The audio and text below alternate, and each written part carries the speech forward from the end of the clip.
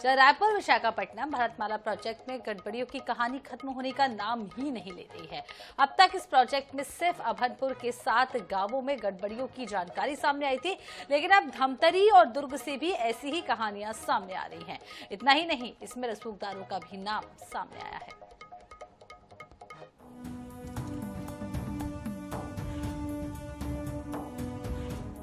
हरिभूमि और INH 24/7 ने दस्तावेजों के आधार पर लगातार भारतमाला प्रोजेक्ट से जुड़े खुलासे किए हैं।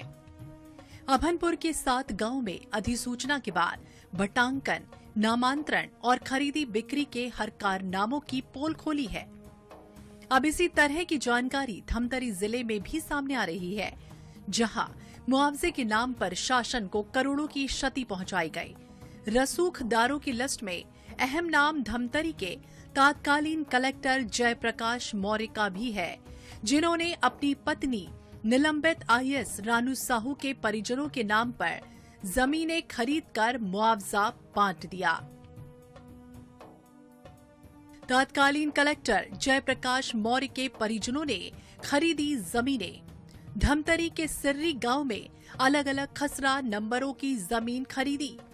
मौर्य ने प्रोजेक्ट में आ रही जमीनों के बारे में रिश्तेदारों को बताया। मौर्य रानू साहू के परिजनों को 40 लाख से अधिक मुआवजा। हल्का नंबर 29 में खसरा नंबर 1545 को 24 टुकड़ों में बांटा।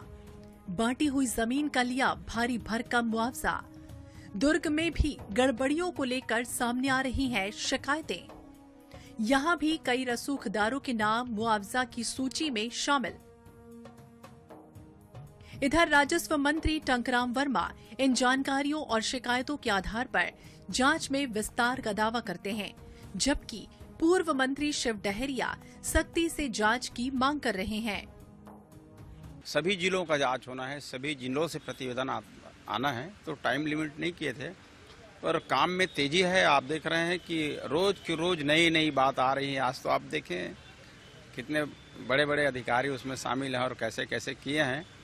तो इस भारतमाला परियोजना में जहां से गुजरी है सड़कें, जिस जिले से, सभी जिलों के सभी जगह के उसमें बहुत बारीकी से जांच होगी और जितने लोग उसमें दोषी हैं सब पे कार्रवाई होगी। जानकारी जब आ रही तो उस पर कार्रवाई करना चाहिए। सरकार को गोलमोल जवाब देने का सरकार का हमेशा रवैया रहा है। सरकार को सख्त कदम उठाने चाहिए। सरकार के पास सारे अधिकार हैं, क्यों नहीं करना चाहते? क्योंकि सरकार के लोग भी उस भ्रष्टाचार और घोटाले में संलिप्त हैं, इसलिए वो कार्रवाई नहीं करना चाह रहे हैं। भारतमाला मुआवजा घोटाले की EOW जांच चल रही है।